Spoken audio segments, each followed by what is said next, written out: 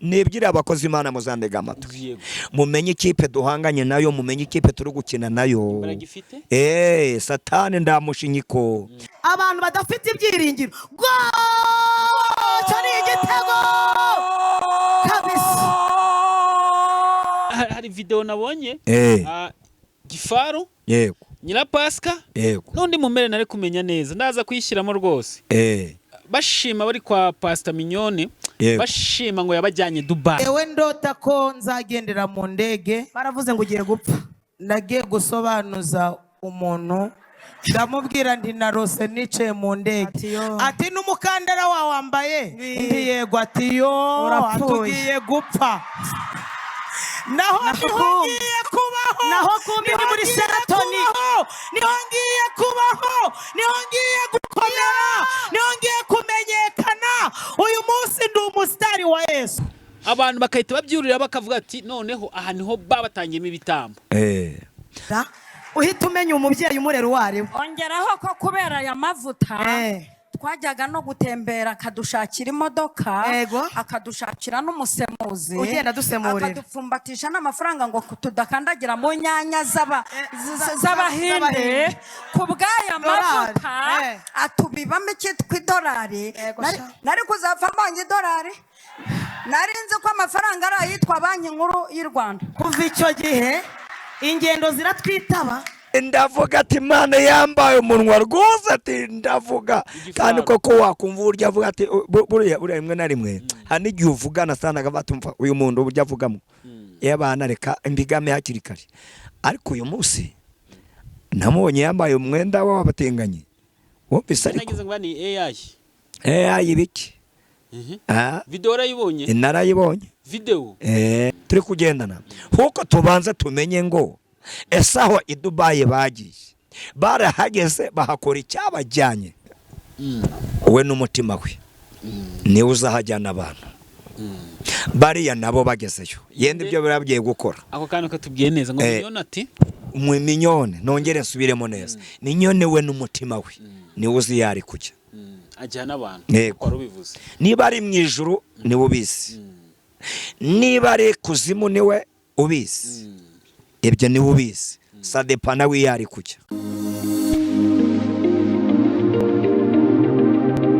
ni by'agace gakomeye kudita hano kuri Gonarike Plus amahoro y'Imana akomeze kubana namwe njye nitwa David ninjye mugiye kubana muri kigano nkanakiyobora ariko nanone kuri kamera za Gonarike Plus turafite umuntu w'Imana nari nkumbekaza kunsura niba muri kubona neza hano na ahantu nkunda gukorera yaje kunsura urugendo rurerure mu modoka kuva ku Gisenyi kugera hano ntago biba byoroshye Pastor Rabane we tugiye kwakira hano kuri Gonarike Plus ariko nanone ntago yagiye wenyine na ndi mu Kristo TV ari kumwe nayo ari kumwe nayo bivuze ngo nungurikira hano kuri Gonarike Plus ubika no kuri ndi mu Kristo TV kirivuga butumwe ugiyeyo warisanga niba uri kunkurikira kuri ndi mu Kristo TV ubuke kirivuga butumwe wagira kuri Gonarike TV ukarihasanga ahantu hose no umuryango mugari Pastor ndakwakira iwacu urakoze cyane kunyakira rakoze cyane ndagushimiye yego hanyuma reka tubanze tugusaba dushyira imbere y'Imana twiragiza Imana kugira ngo amagambo tubuze kuvugira muri vuga butumwe cyangwa se muri iki kiganiro aze kubaka abantu benshi cyane ko namaze kubona ko muri iyi minsi abantu bafite imitima ikomeretse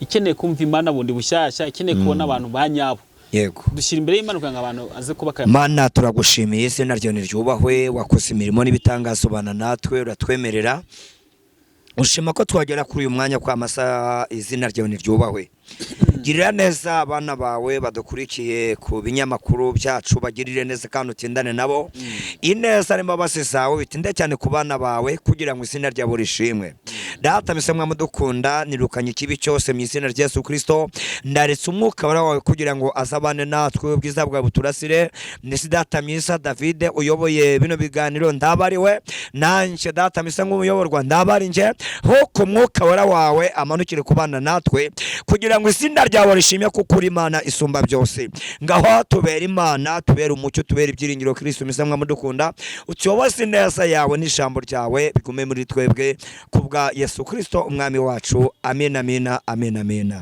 nongeye kugwikaze na kari hano kuri Gonarike Plus urakoze hanyuma twatangira ikiganiro cacu cyo nababwira ni kimwe nuko umukozi w'Imana mba nakira hano kuri Gonarike Plus iyo dusoje kuganira ndamubwira akatubwira nimero ye nyaboneka ntimugire ubwoba cyangwa ngo mwumve muhagaritse imitima kubera ko turi buze kumusaba nimero yiwe ku bantu bifuza gusengana nawe abantu bacikanwe gufatana nimero ya Pastor Labani ako ni kanya turaza kwivuga nyuma cyane cyane ngonze kuvuga ngo hari igihe kanya ngira abantu bazagakunda kuruta ijambo ariko mujye mwumva n'ijambo nyaboneka mukajya mufatana nimero y'umukozi w'Imana ikindi ku muntu dukurikiraga ku ibiganiro tugenda tumugezaho ikiza no gukora subscribe kugangabe mu muryango mugari yasoza gukora subscribe akareba inshuti yifuriza ibyiza cyane ko ibiganiro dukora bari ibiganiro wakweza inshuti yawe niba uyifuriza ibyiza nawe no wakiye kino kiganiro n'inshuti yawe ikiguhaye menya ko iyo nshuti yawe ikwifuriza ibyiza kinagukunda kari mu bantu bawe ba mbere b'ingenzi ngo nukuvuga ngo ibyo biganiro ugomba kubimisharinga ugakora subscribe. Amen. Hanyuma rero natinze pastor nongeye kuba kazi nakarwa no kuri Gonarike Plus. Urakoze cyane. Meze muti? Meze neza ndashima Imana. Ariko suye ku mugoroba we. Ibyo byiza. Nse ku mugoroba kubera ko turi mu gihe cy'izuba. Kubera ko suye ku mugoroba nyine ndashaka kumenya kubera kuje ku mugoroba ni izuba. Turi mu gihe cy'izuba iyo nicyo ni kimwe kandi cya kabiri twabanje mu murimo w'Imana. Araba twabanje kujya gusengera. Y'abana be bahatari ariko turamena kuri wenda ko kantu nakumva ariko izuba ryo. Izuba numvise ngo watinye izuba kukorera umurimo w'Imana. Aho nabo ntangiye kumva utangiye ku ntengo. Pasa twazamukanye zanda birambiwe. Ku izuba. Nabone twavuye za musaraba. Ku musaraba. Twazamutse za Rubavu izuba. Ubu ngube ngo yatinye izuba koza kwicara hano kwa David. Twanyuriye no mu murimo w'Imana. Hari abantu bari barwaye twagiye gufasha turasenga kandi Imana yabanye natwe. Amazima mwaye kubise ari ruka. Amatayimone twayahashize turayahashya. Yesu yiheshe cyubahiro. Amen amen. Hanyuma abantu benshi bankurikira bavuga ati wa mu pastor sinzi umuntu wamamaga ngo wa mu pastor ngo yirukanga ku madayimoni. Ku mazima twakubita tukayahasha. Twatuzi kuyakubita. Twayamenagura kabisa. Agasubira iyo yaturutse. Hanyuma uwo muntu mwavuye kureba mubonye ari Imana yakoze? Bawe Imana irimo kubikora kandi no kuri gukora cyane. Yego. Hanyuma rero ngewe nari ngukumbe muri rusange twarukana ku musaraba. Uyu munsi ni cya kintu dufite pastor. Kindu gishamba afite nuko Yesu aracyafite icyo gukora. Yesu aje gutabara mbabazi Imana ziracyahari. Ndababwira ko no kuri Yesu aracyari umurengezi. Ariko sinzi ko aracyarengera abantu be. Ukuntu ndiko kubona naga ari pastor njya gusura ku Gisenyi. Pastor bageze mu wagezi wacu mu rugo. Na pastor njya gusura ku Gisenyi. Na pastor ubu ndiko numeze ngucishije make. Bimeze bite muri ni cyo kibazo cyabaye? Nda kibazo cyabaye. None se nyine ukuntu ndiko kubona no kuntu urimo kunsubiza ureba hano ntago waho njya gusura ku Gisenyi. Buriya David tugomba gukora muri nuza zose tekinike zose cyangwa se muri situation zose. Ubwo ni tekinike uri gukoresha? Ubu rero ndani mu kanya ko kuba nitonze ariko mu kanya urambona. Buriya nango ngo tewerekana imbaraga zose zigitangira uko ugomba gukoresha izo gutangira izo hagati zo gusoza kugira ngo uze ugera izureke pera. Hari akantu muri misi kwikundira ku bantu bose ndi kugenda nakira. Yego. Ndimo kubabwira nka batazi Yesu babayeho bati. Batazi Yesu ngo byerengwe iki? Bari mwise batayiriho. Kuko buriya natwe twabaye mu buzima butagira Yesu. Nk'umuntu uriho atazi Yesu. Urumva yabaye ameze ati. Nyine wa muntu yo tuvuze umwijima. Niho wabayibera. Niho wabayibera. Hari umurembyi wa 93 wavuze ngo umunsi mwiza nibuka none nakwemereyeho. Wambere ubuhungiro mbere umucunguzi nanjye nzajya nshima kandi nsingize. Imana ishimwe cyane. Buri abantu batazi Yesu bibera mu mwijima. Ndago bazi ibifana ndago bazi bikira no babona bwije akona bukeye mu byukuri hari byinshi cyane babuze. Sade bakonate twabaye mu ubwo buzima bwo kutagira Yesu. Muri David aya maso mubonana abantu siyo ukugaragara aya matwi oya mbabarira se aya matwi mubonana abantu siyo matwi aya maso mubonana abantu siyo maso. Niyo mpamvu Yesu yavuze ngo ibyahishwe amatwi iby'amaso y'abantu atarabona ngibyo ngibyo Imana biteguriye abayikunda. Buriya yano maso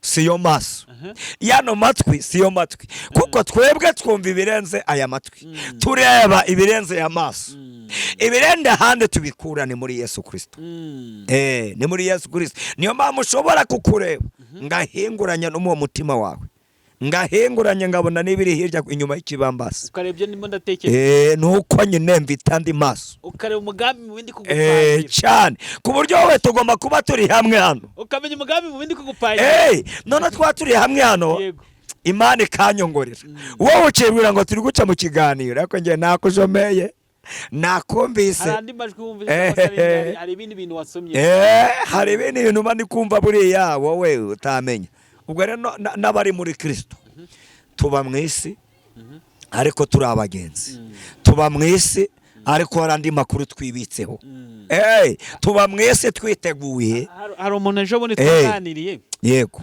anyitegereza hamwe ariko David ngubwira pe kuri murahashimisha pe guzumuro kuri ugenda arakabyina icyo kikaza akabyina nta kantu yasomye none nyine uzafure muzikura he urazizi myakiri kugusiga fure ntazo ariko wenda imagine yanje ni murare cyangwa se ibyishimo bijyanye n'ibyo nyine ndahandi bazikomora ni muri Kristo ukabona umuntu aragiye akabyina kuko n'amazina yayo yasomye twebwe abari muri Yesu shura no kuryama ite n'ibyishimo ndufunge kuko ndamujura wikanga siko bimeze si shura no kuryama ndufunga igipangu ndufunga umuryango wawe ndamujura wikanga nda satani wikangi wawe nta kintu na kimwe kigutera cyane nibyo byishimo rero twebwe abana b'Imana duhorana kandi tukajya hariya tukabyina yenda uretse kubuno imisi n'ibihe biri kugenda bitubuza akabaraga wowe kugenda kagusiga kubyina kwabo uretse ko nanjye ndabyina buriya niba utanabizi ariko niwabyina nkuko nabyina n'abana kurusha no kubyina yewe David nuko ari nagusumbya kubyina twageze hariya yewe datewe namaze gufata amavuta yaje ikirere cy'ijuru namaze gukonekana nacyo yambaye ndoho naguterura ngagutereka gucya mu biganza wangaje toregora cya mu mbaraga zo base kano kajambo nakavuga ndi kumwe nawe maze iminsi ndi kwivugira ijambo rivuga ngo turebe twumve ariko tunige si amajambo atatu kureba ukumva ariko kaniga si ibintu byoroshye ni ibintu byoroshye nibwo bwa menga vuza turi kumwe narakumva nyemenya nanjye arabimbyenga inshuro ebyiri hari n'abandi nakurikiye mu kiganiro ahubwo nabo wakurikiye mu kiganiro nakabwiye nabo wabwiye nkavuga ati muri iyi minsi ndi kwigana akajambo yego turebe twumve ariko tunige byaba bibabaje ku muntu dukurikiye hano yego akandeba pasa ukunda afite uruhara rwiza nkuko pasa yahoraga avuga ati nabona bishop bari kubwiza bafite uruhara cyamba nanjye ngazagira uruhara bambaye n'amakoti rwose bambaye n'amakoti n'amakaruvati nanjye usangira pastor ngira n'uruhara wisuri hegura ikoti ukumva uburyo avugamo Imana neza ukumva mu kanwa kurahishimira urara abantu bajya mu kanwa heza cyane umuntu akakureba akakwishimira ariko byaba bibabaje kuba wareba ukanumva ariko ntagire isomo ukuramo tumva buriya uwo Satani aba yamusahuye kandi we dufite amagambo meza cyane amagambo niyo ubugingo niyo ubuzima ntago nshaka kuroha abantu pase ngenda nshaka kwikorera ibiganiro birimo gukizwa kwinshi niko kuri aganiriza umuntu birimo gukizwa kwinshi niko kuri ura nk'abantu babadukurikiye cyane cyane ko muri imizano muri kugenda mu nkuna ndabashimiye cyane yego nabashimiye cyane pe muri abantu b'ingenzi niba nk'abantu babankurikiwe na nk'ibihumbi 10 byankurikiye niba tukibonamo nabo batanu yego ngiye bagize ikintu basigarana bashima Imana ati ngena kuri iki kiganiro ndizera ariko pasta tunasigaye dufite ikibazo cy'abakristo batari kwizera muri iyi minsi sinzi impamvu bashaka bakwizera kuko ndabonde wo kwizerwa ni Kristo wenyine ni Imana data wa twese n'umwuka wera abo ni wo kwizerwa ariko ibindi byose ni ku musenyi ikintu kiri kubuza abantu kwizera ni iki koko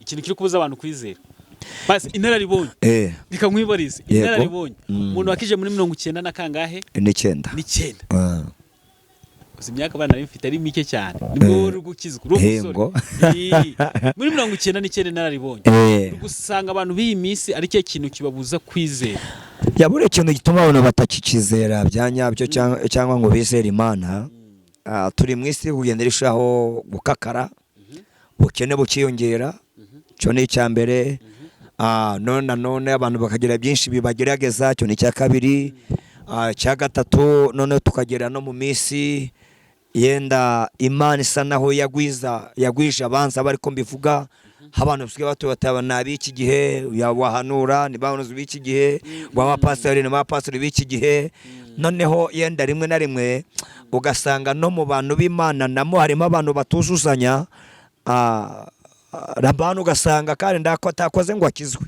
ari ugasanga runaka yamusenye neza.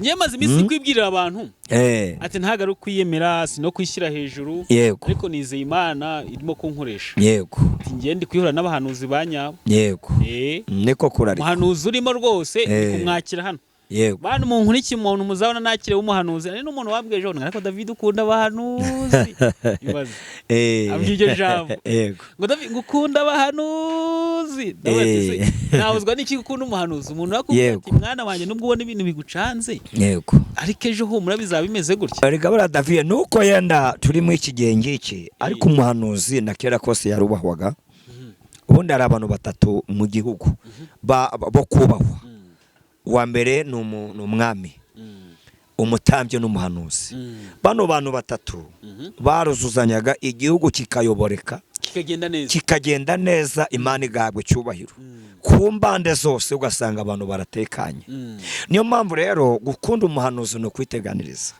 gukunda umutambyi no kwiteganiriza kuzuzanya n'umwami no kwiteganiriza niyo mpamvu umuhanuzi mwiza yubaha umwami mwiza yubaha umuhanuzi mwiza yubaha umutambyi mwiza yubaha umwami akubaha umuhanuzi abo bantu bakuzanye kuko ni abantu baba babikijwe amabanga y'Imana kandi ni abantu Imana iba yarahaye kwegera imitima y'abantu kugira ngo Imana inyurire muri bo bahumurizwe iyo umwami avuze ni njye Imana ibivuze iyo umutambyi avuze ni njye Imana ibivuze iyo umuhanuzi avuze ni Imana kuko bano bantu batatu Imana inyurira muri bo ibintu bikagenda neza bano bantu batatu rero iyo batitwaye neza mu buyobozi bwabo abantu barahungabana buriya niyo mpamvu usigaye usanga no iki gihe abantu basa naho babaye nuza abantu barakayutse ntago bagishaka kwizera abahanuzi none nk'ubu niba tuvuze ati Imana inshishamo iby'umuntu nkamura kwa kuno wahoze umbwira yego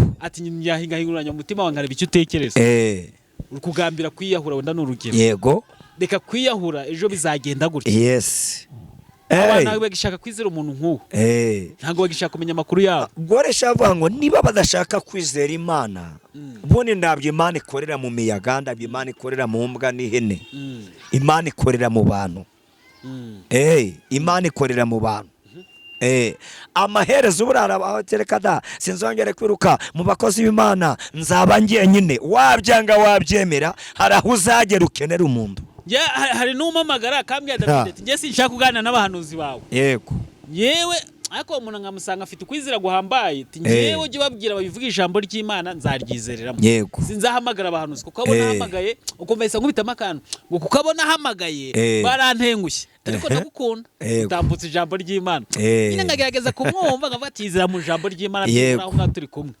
hari n'undi umuhamagarira akambwira ati David rero bariya bahanuzi uzana uba wabizeye ako kantu noneho nawe ukumva ugakurura mbese ngo bazi neza uvuga ati ese ngiye ko umuntu abavuga Imana nkabona nanjye nawe kubesha amaso yanjye y'ubwenge ntabwo mfite y'ubuhanuzi ngewe nakoresha y'ubwenge Imana ikanyemera nawuzwa n'iki kumuzana ngo mubwire kandi nanone buriya ikintu nakibwira ngo uwo muntu ni mugari umuntu ni mugari ushobora kubona uyu munsi afite imbuto ariko mu gihe kizaza bikazaba byarangiye akaba ari umuntu uyu munsi ufite ukuri ariko mu gihe kizaza bikazaba byarangiye kuko umuntu ni mugari keretse wa muntu ari wa muntu utinya Imana kandi agashobora kurinda ubuhamya bwe kuko ranugura David iyi myaka yose ishize tugendana n'Imana ntabwo twabuze ibitugusha ndanubwo twabuze abo tubesha ngo tubeskoroke ndanubwo twabuze abantu singubyere ngo iki hoko hari icyo umuntu akora avuga ngo ngewe ngiye kurinda ubuhamya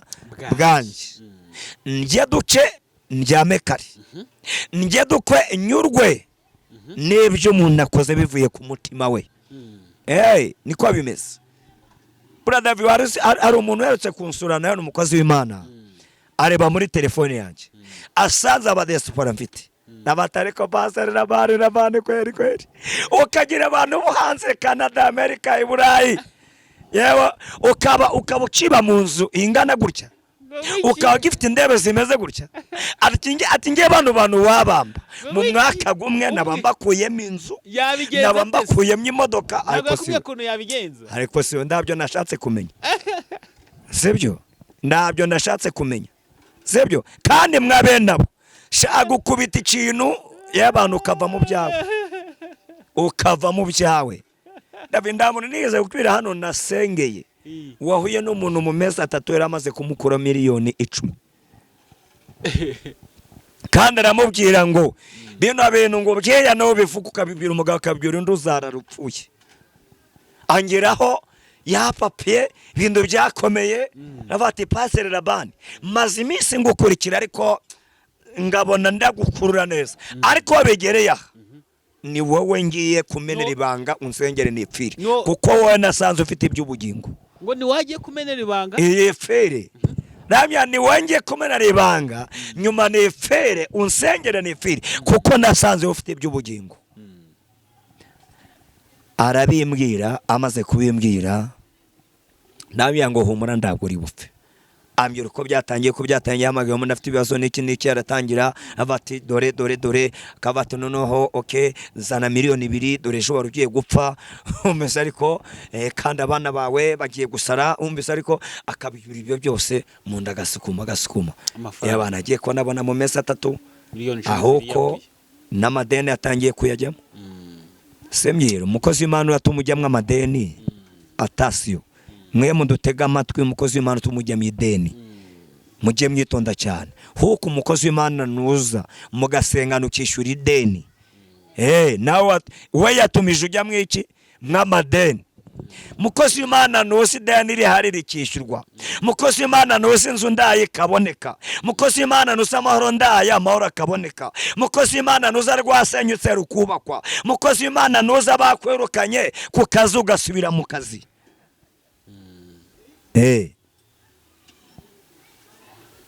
Demiriyo mu meza ngahe 3 ndamuhumuriza maze kumuhumuriza bate pase ndawo ndapfa koko nabwira ngo ndagupfa mu izina rya Yesu genda ujye kuryama ejo mu gitondo uzanyandikira ndani bicurano uzarwara mukiya mu gitondo ati pase ati ndikumva ngikiri muzima ati nyene uzaba muzima uzapfa igihe cyawe kigeze abari bashaka kukwica vuba ndago bakibigezeho humura ryo niterabwoba n'ibyo byose bagusizeho hari abantu bazi gutegura ikinyoma neza kandi siwe tuze tugananga ikinyoma ikinyoma gisobanuwe neza kiro tukuri kwavuzwe nabi twara tuzana tuje kuvuga ukuri ndiba dukunda ikinyoma giteguye neza kiro tukuri kwavuzwe nabi David twasuzana tuzanye ukuri kandi kwishe no gusenga kandi kwishe hombese ariko ugasanga wa muntu nabi Imana ndimukore ku maso ngo ashobore n'iyo miliyoni ariko nabate bangiye ikinyoma cyanjye ngiye kugitegura ni mwaka miliyoni 5 areta zizana tazuyashe miliyoni 5 rwose akavuga ati cyane rwose rwose ariko nibereho kuko ni ikinyoma ariko cyateguwe neza twebwe rero tuzarya bike Paseri hari ikintu atugiye kukivaho dusigaje umwanya w'ijambo nakandi kantu gato tugiye kubanza tukaganiraho icyo kintu tugiye kukivaho ariko reka mbwira abantu hari abantu bumva ko bano bantu baba diaspora bafite akanyenyeri plus bama agateranyo 1 agateranyo 3 agateranyo 9 agateranyo 6 bumva ko ari abantu bari aha abantu basenze cyangwa mu bisubizo oya ntago ariko biri nabariya nabo bafite ibibazo bibakomereye bafite ubuzima barwana nabwo usibye kwitanga nkuko n'umunyarwanda no yakwitanga n'uburi nabo nta mafaranga baba bafite rimwe na rimwe ngerigemba reba ngo avuga ati ngumva nanatera nisengesho mbasengera bavuga ati Imana ba bantu kwa kubafasha abantu benshi baha amafaranga menshi kuko abantu benshi babizereramo kandi ku nukuri ngenda basengera ba diaspora ngavuga ati Imana ibaha amafaranga kuko ari abantu benshi babizereramo biteguye kibisubizo byabo bizava muri mwebwe kandi niko kuri niko babyizeye rero ngo Imana isoze icyo isezerano nibaha amafaranga ibyo byifuzo byabo mu bisohoze ni n'abana beza kuko baguhamagara bashaka Imana iyo batunguwe n'Imana bashakaga batayibonye bibatera gucika indege iteka ryose njyana isanga ku mavi mvuga ngo Mana shoboza Imana bashatse muri nje ibigaragarize. yego njye ndabasengera mumva abadiaspora mu byumve neza, njye ndabasengera pe, yego kuko abantu babizeremo ko muzasohoza amasezerano yabo. Imana nibaha amafaranga nk'uko babizereye, yego muyabahereze, muheze abantu, muheze ubwoko bw'Imana amasezerano yabo asohore, ariko apana babandi baza kubabeshya, abo ngabo ntimuzabumve. Muzarebe wa muntu n'ubundi Imana irakuyobora ikakubwira ati ngo n'igihe kiyageza amasezerano agasohora. Yego. Hanyuma pastor reka tukiveho, hanyuma tugane ku bindi bintu n'akantu gato tugiye gucaho tukahita twigira mu ijambo ry'Imana. Ntago ndibutinda abantu biyazi neza ko nkunda ijambo ry'Imana. Yego. Ko nta kora ibyo kosa ryo kuganira n'umuntu tukagenda tutavuze ijambo ry'Imana. Yego. Ndako abantu badukurikiye uburyo mbonye pastor no buryo butunguranye, ntago ari ibintu twapanze, ni ibintu bire-improvise ariko byose biba ku mugambi w'Imana. Pastor ibyo ngibyo maze kubyizera nyewe, nta kintu Imana ikorera mu gihombo. Niko kuri rwose. Nta kintu Imana ikorera mu gihombo. Burya ushobora gukora kino kiganiro tuzi ko kigendereye abantu benshi. Yego. Nuko kiba ari umuntu umwe kigendereye. Birashoboka cyane. Cyane. Umwe gusa umwe wonyine. Yego. Kikarebwa n'abantu 100,000 ariko Imana yashakagamo umuntu umwe. Yashakamo umuntu umwe wonyine. Kandi Imana ishakamo umuntu umwe. Uwo muntu azaza ari wa 800, nta kintu gishobora gutuma kiri munsi y'abantu 800. Yego, paka kizamugireho. Paka kizagira wa muntu niyo kimugeraho kizahindura ubuzima bwe bwo mu mwuka ndetse n'ubwo mu mubiri. Buriya abantu bareba bakavuga ati gutya, niba ikintu kibaye gutya hari impamvu yabyo. Hanyuma pastor tumaze iminsi yindi gukora hano ivuga butumwa, ariko ndi kwibaza tese hari abakozi b'Imana twagiye dukunda mu minsi yagiye itambuka, ndetse haza n'abantu bamwe abagenda babikomozaho. Yego. Bavuga ngo impamvu abakozi b'Imana bamwe twakunze tukaba batari uko bashaje, atari uko bananiwe kuvugira Imana, ahubwo tukabura kuri ko bagiye bazima mise kutonga kugaragara cyane, kandi twara abakunzi bavugira Imana neza, ariko uyu munsi wa none tukaba twarababuze. Bamwe bavuze ko bagiye batangwamo ibitambo, abandi ntibabyemera, buri wese ajya bivuga ukwe. Niyo mpamvu nkawe nk'umuntu umaze kuba mwabino bintu igihe kirekire, wakije muri 99 kugeza n'isaha ko kibirimo, uri umushumba, uri umuhanuzi, no kuva uburyo bwose izo mpano azifite. Ufite experience mu buryo bugaragara. Ngiye nka kubaza tese ibyo bintu birashoboka ko umukozi w'Imana mutambamo igitambo? Birashoboka cyane, kandi cyane iyo warangaye. Ariko ubundi abantu badukurikiye mumenye ko kino kibuga dukiniramo hari abakidutanzemo, yenda ko basohotsemo nibo babizi n'Imana. Uyu munsi ni twebwe, ariko buriya nongere mbibutse ko duhanganye na Satani, kandi Satani ni umwanzi w'Imana n'abantu. Iteka ryose Satani abagira ngo agushe abakozi b'Imana. Iyo rero urangaye igitego kirinjira, urangaye igitego kirinjira, gasanga rwose bagutambye bitambo, ugashiduka uri mu bindi bintu ndazi. Uri mu bindi bintu ndazi. Ngubu yenda senza waganishaga, hari umumama we nigeze mu minsi yashize nabonaga kuri YouTube, ngende Gifaro ndavuga.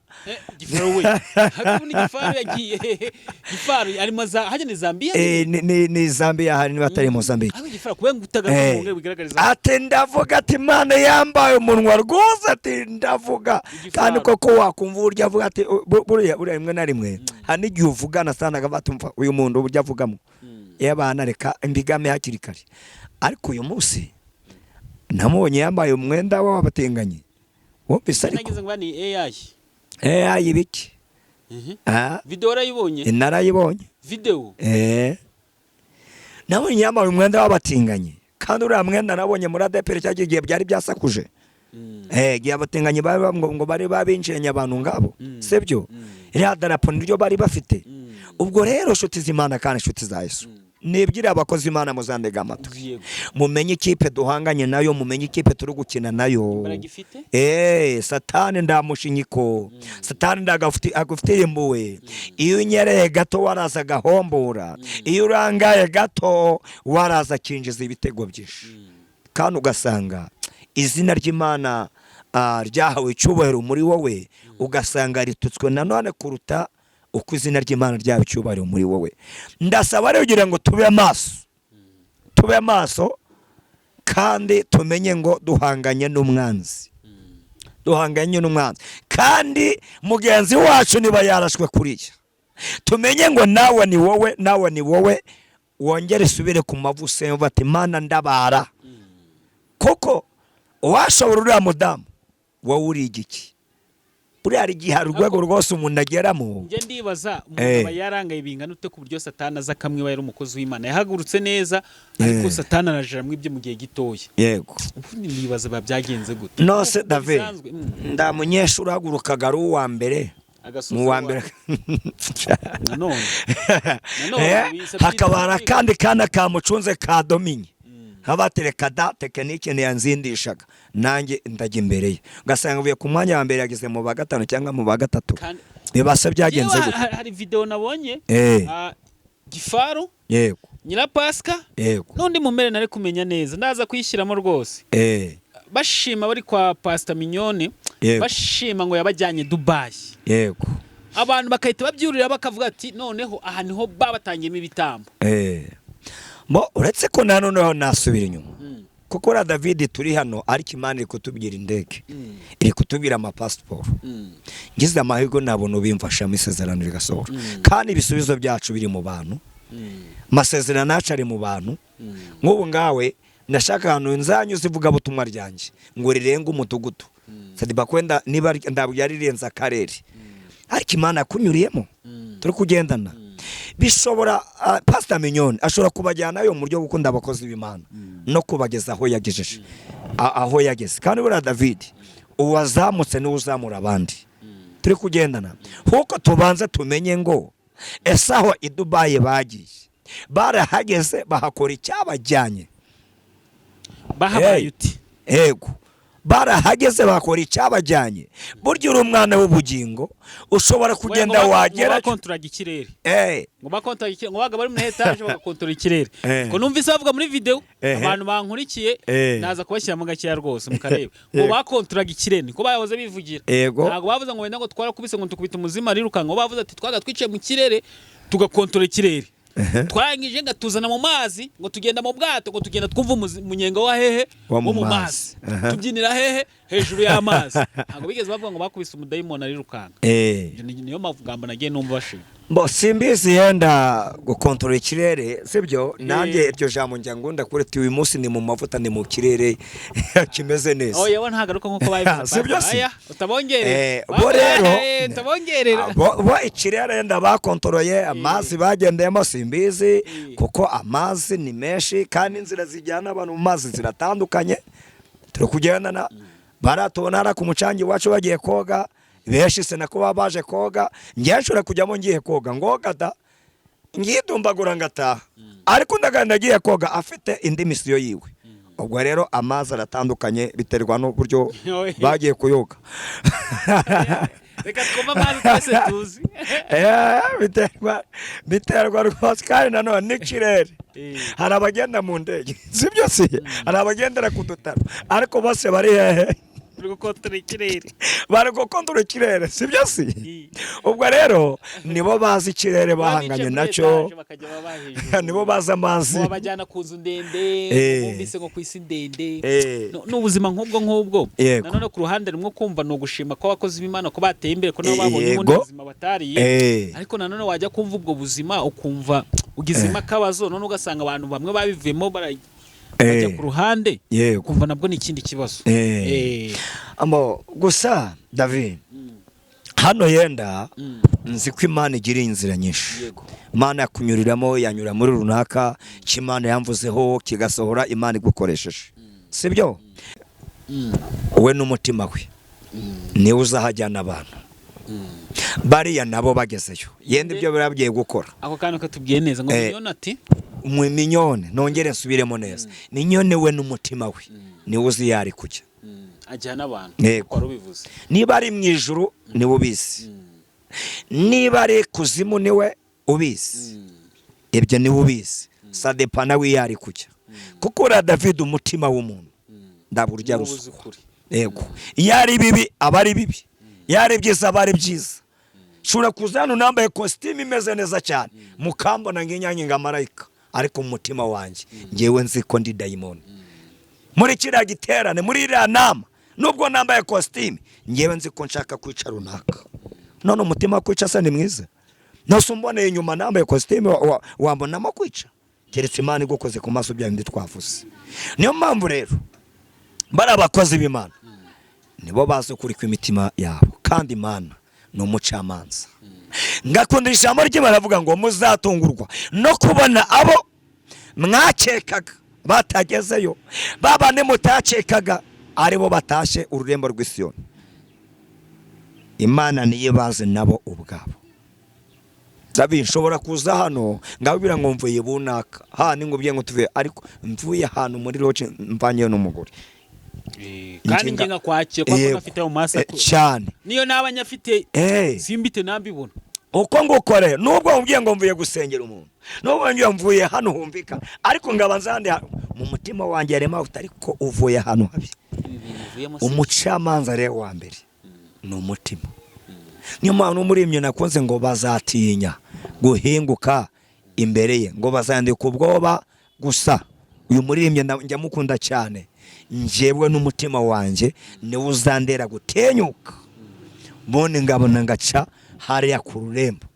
Niba umutima wanyu utandege ikibi nzatinyuka, ariko n'umutima wanyu ndege ikibi umva nzahinduka ubwoba gusa. Base ibi bintu ngewe mbyumvise ari nigiye binshanga, ariko mu bintu nagiye mu bintu ngewe naje gukora uno murimo ngendereye kwari kwivuga ijambo ry'Imana. Reka ibintu mbireke nyine, kwari kwivugira ijambo ry'Imana, reka ibintu mbireke tunabireke, ariko ise turi muna ibyo tuvuga nabyo birashoboka. Nabyo birashoboka. Reka twigire mu ijambo ry'Imana, kandi bireke n'ikintu nakubwira, nabyo rimwe na rimwe tuba dukwiye kubivugaho. Twabivugaho tukamenya ngo niba byamubayeho. Reka ngubwiye pasiteri njyewe Mana nyongera imbaraga, Mana mbakunesha. Pasiteri reka ngubwira akantu utaruzi. Ngiye kano kantu sibwo bwambe ngiye kukavuga. Yego. Ngiye nzahora nkavuga. Ngiye njya gukizwa. Yego. Nakijijwe nzi ko guhagarara hamwe n'umuhanuzi wakoze icyaha nukukubwira ibyaha wakoze. Yego. Byaba ngombwa kaguteza abantu. Yego. Kubujye nirindaga umuhanuzi kuko ntago nawe yari yicaye. Yego. Sinahagera. Nihayeze iki ibyaha byanje ubwo nizagamo iki Imana umuhanuzi kuko nagaze ikimana ye rahita imubwira ati urabona David avuye muri be yatutse kanaka yasabanyije na kanaka David ari kugambira kugira ura nabi kana kanteza abantu wene ugasanga no muntu ndi kugambira kugira nabi araho bivuze ko ntago ngomba kugira uwo muhanuzi uko niko nafite kwizera nge ndiyeza ndavuga ati kibi byabyanye maze kubyeza reka nkizwe negera abahanuzi mbana n'abahanuzi ntazi ko umuhanuzi yagenda akaroga mugenzi we atasambana atakora ubugambanyi bwo kwicundi nibyo ngibyo byose ubu uyu munsi wa none rero ibintu ngenda mbona hari igihe mbyumva mu mutwe amajwi akambana menshi ngabura icyo gufata. Ya icyo nacyo rimwe na rimwe giteye abantu muri iki gihe gushidikanya Imana. Kandi nanone buriya guhanura bivugemo ubu buryo kuko no kwa Satani barerekwa ibyo ngibyo abantu babimenye. No kwa Satani afite indumwa atuma mu rusengero turi kugendana sadeba kandi twahereyeho ni nako ugaruye. Niba waruze ngo kwegera umuhanuzi arahita abona ibyanjye ni kandi twavuze ko kugucira iki urubanza. Buri umutima wawe wakuregaga ibibi, yego wakurega ibibi ugatinya kwegera umukozi w'iki w'Imana kugira ngo atabona ibyawe. Mbwira ngo jya mu cyumba cy'amasengesho yo gusengeramo wabwiye wavuye mu rwaro umuntu warakazanyije nawe cyabaga ari ikosa nyina natinyaga kujyayo ntabwo nakwinjira ku muryango. None uyu munsi abari kuva mu rugo batonganya bakajya guhanura n'abahanuzi banasinze n'abahanuzi. Ariko ndababwira ukuri, abo sabahanuzi, abo sabahanuzi b'Imana, abo ni babandi bari kure misiyo ya Satani n'abadayimoni. Kandi ikintu nakubwira mu bantu beza harimo ababi no mu bantu babi harimo abeza. Babandi twita ngo n'abantu babi. Ndugafata abantu beza igihumbi ngo wibwire ngo bose ni beza. No, ndugafata abantu babi igihumbi ngo wibwire ngo bose ni babi. Reka dufate ducukura icyobo tubaroheje.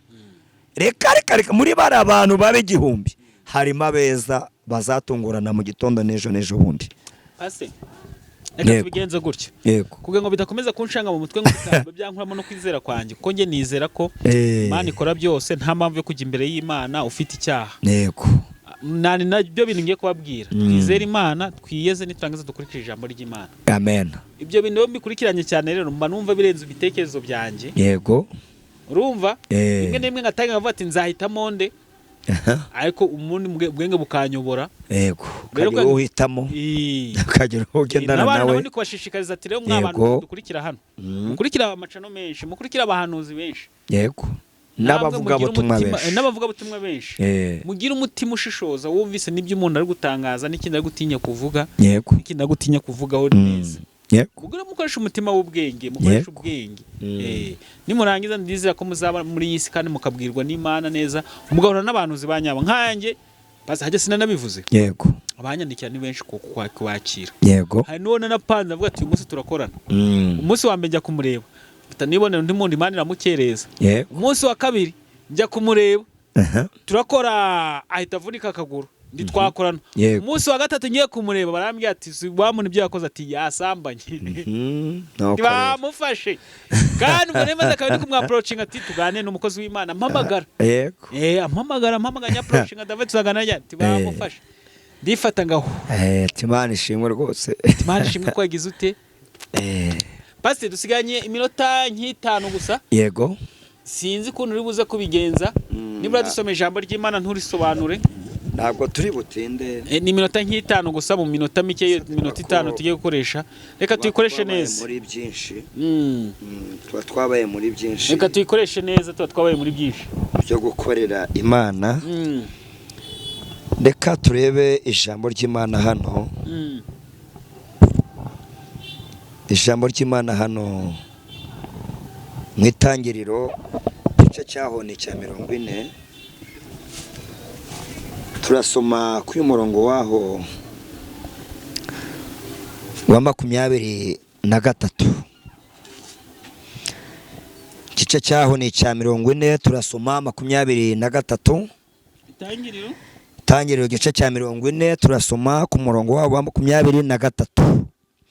Haratubwira ngo ariko wamuhereza wa vino mukuru ntiyibuka Yosefu ahubwo aramwibagirwa.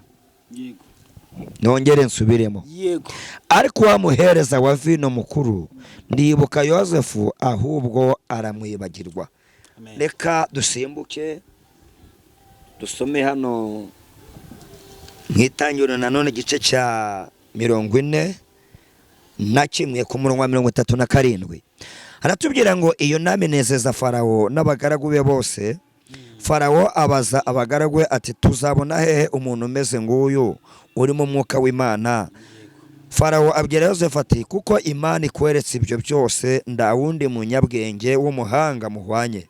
Nguhaye gutwara urugo rwanjye kandi abantu banjye bose bazumvire icyo utegetse ku ndebe yanjye y'ubwami yonyine nzagusumba. Mwakira ijambo ry'Imana. Nshuti z'Imana kandi nshuti za Yesu Kristo, turi kwera ijambo nyiri jambo icyo nigamo cyangwa se indego tugomba kuganiriramo ni ijambo mfitemo iki gihe ririmo kumfasha. Mw'iki gihe mfite intego ivuga ngo umukristo udahindurwa n'ibihe. Umukristo udahindurwa n'ibihe. Kuko muri minsi ibihe biri kwenda bikubita abantu hasi. Nabyo twatangiriyeho ugasenga ukennye, Mana gutera kamitiyu, gatangira ukabanga dendo, ugasanga ndabukikiteza abantu, ugasanga rwose wabaye umuntu ndamenye uko mbivuga. Hano rero n'umugabo w'Imana witwa Yosefu. Yosefu uyu nguyu iyo turebye ubuzima bwe, iyo turebye imibereho ye, dusanga yaranyuze ahantu hakomeye cyane kubwo kwangwa. Yanzwe na bene se, baramugurisha, nguwo mu Egiputa, nguwo hagana he, anyura mu bihe bikomeye kandi biteye ubwoba. Ariko kuko yari wisezerano, Imana irinda icyo yamuvuzeho. Niyo mpamvu nshuti y'Imana kandi nshuti ya se ungurikiye, Imana ndakindi kurindiye. Ndabwira inzu umutwe wawe, ndabwira inzu amaboko yawe, ndabwira inzu iyo myenda wambaye, hoci Imana irinze icyo yakuvuzeho wowe ubwawe. Niyo mpamvu rero navuze ngo umukristo udahindurwa n'ibihe. covid hari abantu yatambukanye ku bw'ibihe, ifunga ry'insengero abantu ryatambukanye ku bw'ibihe, ibihe by'inzara, ibihe by'ubukene, hari abantu byatambukanye ku bw'ibihe, ariko ijambo ry'Imana tubwira ngo umukristo udahindurwa n'ibihe. Uyu Yosefu yanyuze ahantu hateye ubwoba, ariko kuko yari afite isezerano ry'Imana ndahindurwa n'ibihe. Bamushugunye mu rwobo rw'indare, arakomeza yizera Imana. Baramugoresheje akoreshwa uburetwa yizera Imana.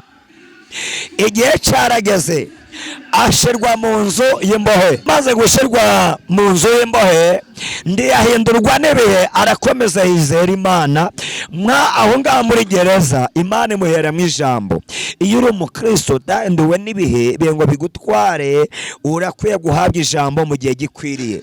Burya ya mudamu wundeze amatwi, hari igihe mu rugo byanga, ibyo wari witeze ujya kurushinga gasanga byahindutse. Yaba mugabo byari witeze uzana uwo mudamu gasanga byahindutse. Byandi wari witeze wamaze kwa puranye, wabonye akazi gasanga birahindutse. Mu rugendo wafashe, safari wafashe gasanga birahindutse. Ariko ugomba kuba umukristo udahindurwa n'ibihe, ukizera Imana.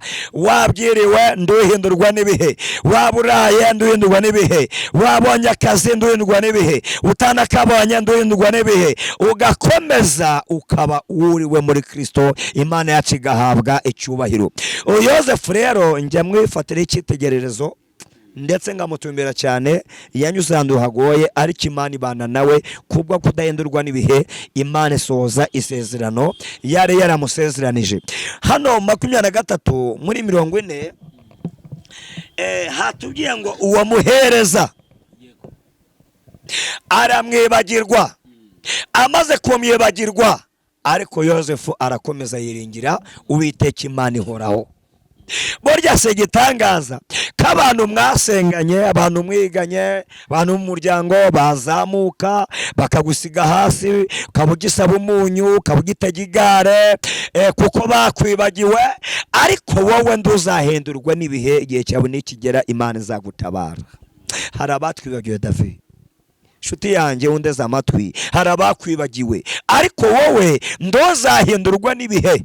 Mu gihe gikwiriye, igihe kizagusobanura, igihe kizaguha indebe, igihe kizaguha ibyo kurya, igihe kizakwereka kurara, igihe levo de cretus contaremene, igihe kizaguha inshuti kandi nziza z'umumaro. Icyo usabwa no kubaha Imana, ndihindurwa n'iminsi, ngusubire mu ntege wongere utucishe izina ry'Imana.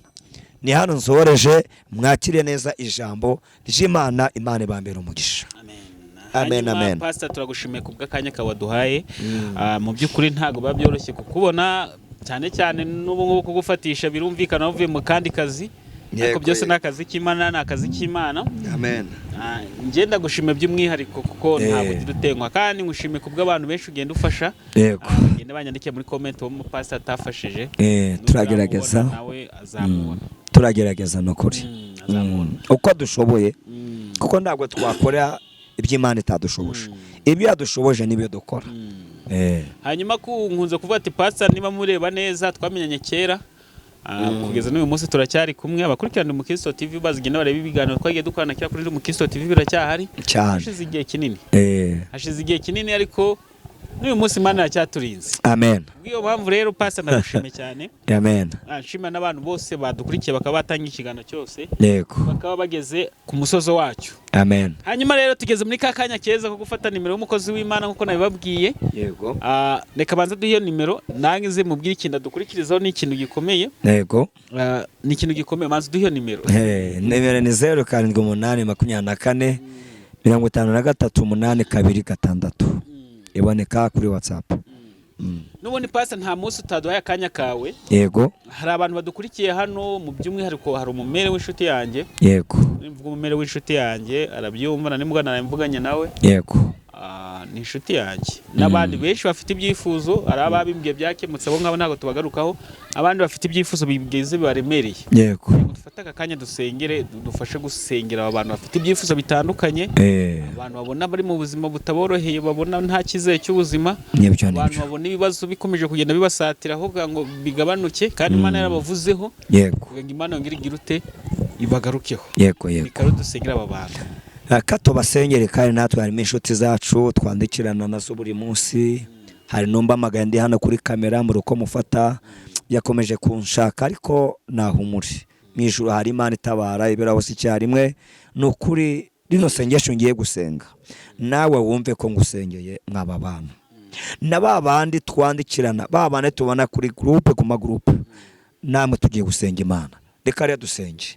Mana muremye, Mana mucunguzi, Mana data wa twese ufite ubutwari n'ubushobozi, Imana yera, Imana nyamana, Imana umuremyi w'ijuru n'isi, Imana isumba byose, Imana yacu bwite, Imana yadutoye kadutoranya, Imana yaduhamagaye, Imana yatumenya amazina, Imana yavuze kudukoresha.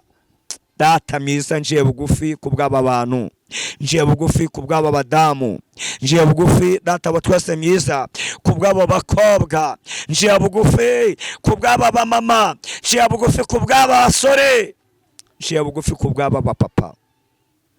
Mana babere, Mana babere umucyo, babere ibyiringiro mu izina ryawe Yesu Kristo. Barwanirire ndwara uzikize mu izina ryawe ryera, madeni uyishure mu izina ryawe ryera, ucinzira babone ibyangombwa, ucinzira batabarwe, ucinzira mitware y'ibyaha ikurwe ku buzima bwabo. Mana uri mwiza kandi uri data wa twese kandi urakiranuka. Nengengeye bano bana bawe abari mu Rwanda, abari Burundi, abari Amerika, abari Canada n'abatwumvise bwa mbere. Mana ubane nabo, Mana ubane nabo, babere Mana babere umucyo mu izina ryawe Yesu Kristo. Ndanesheje no guca bugufi, ndanesheje no gupfukamisha amavu y'umubiri n'ay'umutima. Ijambo ryarambwiye ngo yesezerano isohoye niryo rivamo gushima.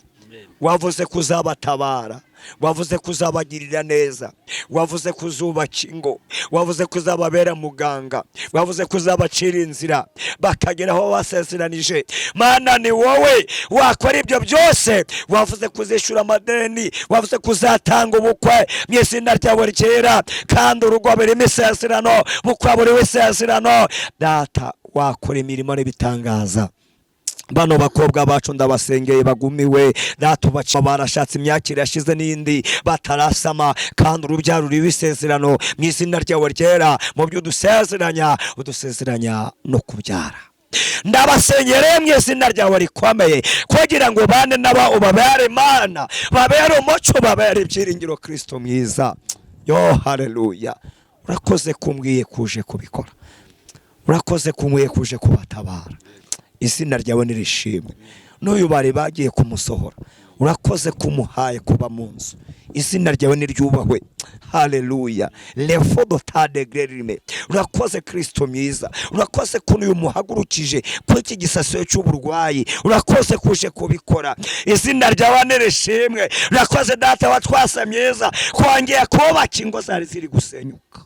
Haleluya. Data nushimwe, urakoze kubana n'abana bawe, urakoze kubahembura, urakoze kubagirira neza. Niko dushimiye Imana kubwa data wa twese, Mwana n'Umwuka wera. Amen, amen, amen, amen, amen. Hanyuma ku bantu mudukurikiye nk'uko twabibabwiye dutangira ikiganiro, amen, amen, ikintu ni kimwe kiba gisigaye dusoje ikiganiro ni ugukora subscribe. N'ubunini bw'ikiganiro cyakomeje kukuryohera, kugisharinga cyangwa se ukagisangiza inshuti yawe ukunda cyane kurusha izindi zose. Niba ufite nyinshi ubwo urasangiza inshuti zawe zose ukunda kurusha izindi zose. Amen, amen, amen. Ikindi munyaruke no kuri Ndi Umukristo TV mwakora subscribe, naho bakomeza abo umuryango mugari. Birashobora byakunda ko wakora subscribe hano ukajya no kuri Ndi Umukristo naho ukakora subscribe, kandi ibyo byose kubayisha izina y'Imana. Kwasi ndagushimiye cyane. Urakoze. Shimiye n'umuntu wese wadukurikiye kurinda ikiganiro gisoje. Urakoze.